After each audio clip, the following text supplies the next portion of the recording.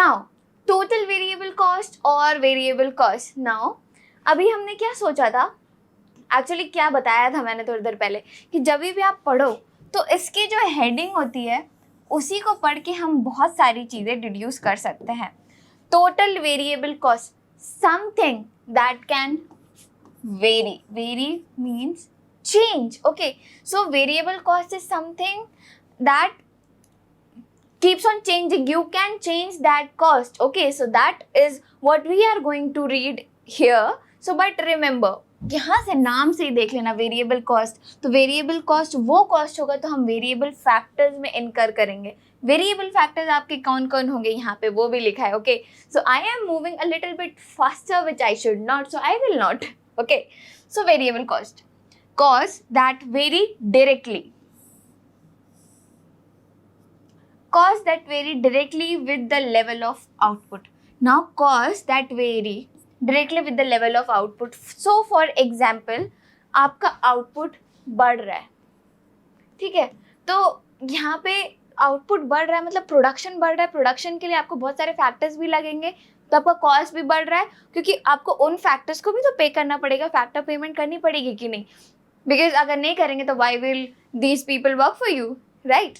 तो with the level of output increasing your cost is also rising, it vary directly. Okay, output बढ़ रहा है तो आपका फैक्टर कॉस्ट भी बढ़ेगा, और आउटपुट जो है वो गिर रहा है तो हमें प्रोडक्शन कम हो रहा है, तो why would we require the other factors. Okay, तो यहाँ पे वेरिएबल कॉस्ट कम हो जाएगी, क्योंकि फॉर एग्जांपल एक पेन बना रहे हैं, ठीक है, लेबर्स की ज़रूरत है, ठीक है, अब इस पेन फॉर एग्जांपल डिमांड नहीं है तो पेन का प्रोडक्शन हमने कम कर दिया, तो जो अननेसेसरी लेबर्स थे उतना क्वांटिटी प्रोड्यूस करने के लिए उसे हमने टर्मिनेट कर दिया, तो उतना कॉस्ट हमारा कम हो गया, क्योंकि अभी हमें उन्हें देना नहीं पड़ रहा है, ठीक है। तो दैट इज द मीनिंग की वेरी डायरेक्टली अगर प्रोडक्शन बढ़ाना है तो you need to hire more labours, production कम करना है तो you have to terminate them.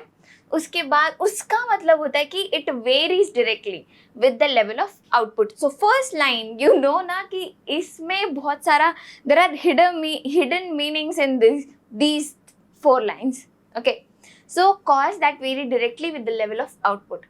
For example, payment of raw material, power, fuel, wages of laborers. Payment of raw material कैसे? For example, एक पेन है, एक पेन को बनाने के लिए हमें एक प्लास्टिक रोल लगा, अब वो प्लास्टिक रोल जो है हमें एक पेन बनाना था, हम एक ले आए तो एक का पैसा हमने दे दिया, पर अभी हमें 5 पेन्स बनाने हैं तो 5 प्लास्टिक रोल लगेगा, तो हमारा कॉस्ट यहाँ पे बढ़ गया, रॉ मटेरियल का कॉस्ट बढ़ गया, क्योंकि हमने प्रोडक्शन बढ़ा दिया अचानक से, ठीक है।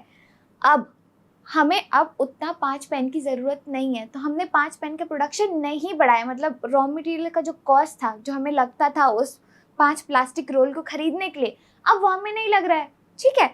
तो अब नहीं लग रहा है, उसका मतलब क्या हुआ, हमारा जो कॉस्ट है रॉ मटेरियल का वो कम हो गया। तो ये डायरेक्टली वेरी करता है आउटपुट पे, आउटपुट आप बढ़ाते जाओ आपको पैसे देने पड़ जाए, मतलब you have to bear the cost, ठीक है। उसके बाद पावर, ज़रूरत है तो चलाए और बंद कर दिए। फॉर एग्जांपल फ्यूल, यहाँ से कहीं और जगह पे हमें ट्रांसपोर्ट करना है हमारा गुड, फॉर एग्जांपल पेन को ही ट्रांसपोर्ट करना है, तो अगर हम नहीं जा रहे हैं तो हमें कॉस्ट बेयर करना पड़ेगा, नो, तो फ्यूल का पैसा भी हमने ऐसे बचा लिया। वेजेस ऑफ लेबर, यहाँ पे प्रोडक्शन करने के लिए हमें लेबर्स की ज़रूरत पड़ी, अगर ज़्यादा प्रोडक्शन करना है तो हमें ज़्यादा लेबर्स लगेंगे, और अगर हमें प्रोडक्शन कम करना है तो हमारे कम लेबर्स में भी काम हो सकता है, ठीक है। तो यहाँ पे क्या हुआ, यहाँ पे ऐसा हुआ कि आउटपुट हमने बढ़ा दिया, ठीक है, आउटपुट बढ़ा रहे हैं तो लेबर्स लगेंगे, तो आउटपुट बढ़ाने से अगर लेबर्स लगेंगे तो हमें लेबर्स को और ज़्यादा वेजेस देना पड़ेगा, और अगर हमने आउटपुट कम कर दिया तो लेबर्स को कम वेजेस देना पड़ेगा। So that is your all the examples of variable cost क्या होता है। आई होप कि ये 2 छोटी छोटी सी लाइन है जिसमें इतना सारा मीनिंग था, is clear to all of you. Okay, AKA also known as prime cost, direct cost और अवॉइडेबल कॉस्ट। यहाँ पे प्रोडक्शन नहीं हो रही है तो you can avoid avoidable cost. याद है हमने टोटल फिक्स्ड कॉस्ट में क्या पढ़ा था, something which can not be avoided, ठीक है। So that is your so that was your unavoidable cost. This is your avoidable cost. अगर प्रोडक्शन नहीं करना है तो हमें ये सारे फैक्टर्स को पैसे देने की ज़रूरत नहीं है, ठीक है। तो यहाँ पे आपका ये होगा avoidable cost.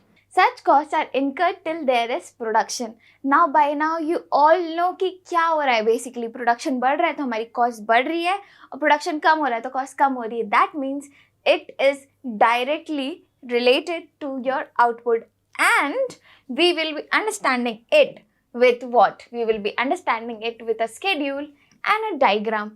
Now variable cost is something कि output बढ़ रहा है तो आपकी कॉस्ट बढ़ रही है, आउटपुट कम हो रहा है तो आपकी कॉस्ट नीचे गिर रही है. तो यहाँ पे हम आउटपुट बढ़ाते हैं जैसे हमने फिक्स्ड कॉस्ट में बढ़ाया था.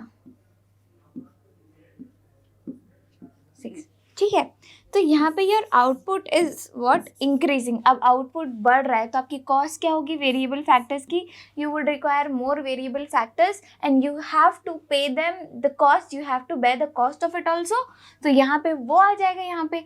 तो जब आउटपुट ज़ीरो था, जब कोई आउटपुट ही नहीं हो रहा है, मतलब प्रोडक्शन ही नहीं हो रहा है, तो कोई कॉस्ट होगी क्या यहाँ पे? क्योंकि ये वेरिएबल फैक्टर है, यहाँ पे हमने किसी फैक्टर को एम्प्लॉय ही नहीं किया है, तो यहाँ पे आपकी वेरिएबल कॉस्ट हो जाएगी zero. Remember zero. Fixed cost में आपको यहाँ पे 12 देना था क्योंकि वो फिक्स्ड फैक्टर था, पर यहाँ पे वेरिएबल फैक्टर है, यहाँ पे आउटपुट नहीं हो रहा है तो कॉस्ट बेयर हमें नहीं करना है.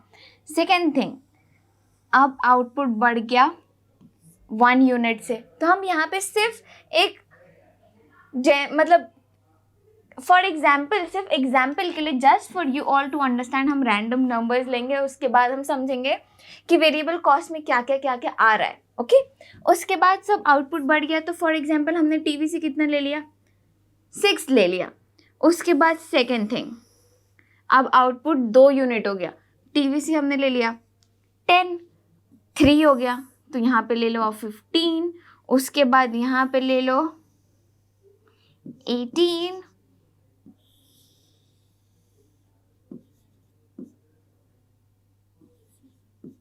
नाउ ये आपका टीवीसी आ गया. तो अभी हमने यहाँ पे क्या देखा? जैसे जैसे 2 था तो 10 हो गया, 3 था तो 15 हो गया, 4 था तो 18, 5 था 21, 6 था तो 24.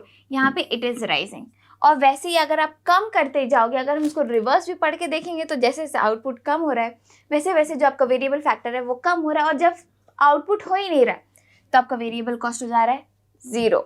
नाउ अब यहाँ पे y एक्सिस और यहाँ पे x एक्सिस है, तो y एक्सिस पे हम क्या लेते हैं? y एक्सिस पे हमने ले लिया total variable cost, x axis पे हमने ले लिया है आउटपुट. नाउ आउटपुट बढ़ा देते हैं हम 1, 2, 3, 4, 5 एंड 6. अब वेरिएबल कॉस्ट हमें ड्रॉ करना है. ठीक है,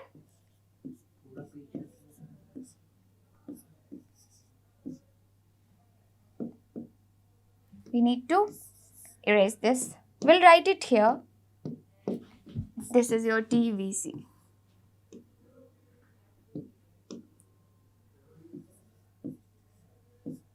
And 30. Okay, now let's draw the TVC curve. अब यहाँ पे जो schedule है, schedule में जो आपकी information है वही को हम लोग यहाँ पे उसके ग्राफ में प्लॉट कर देते हैं. Now here what will happen?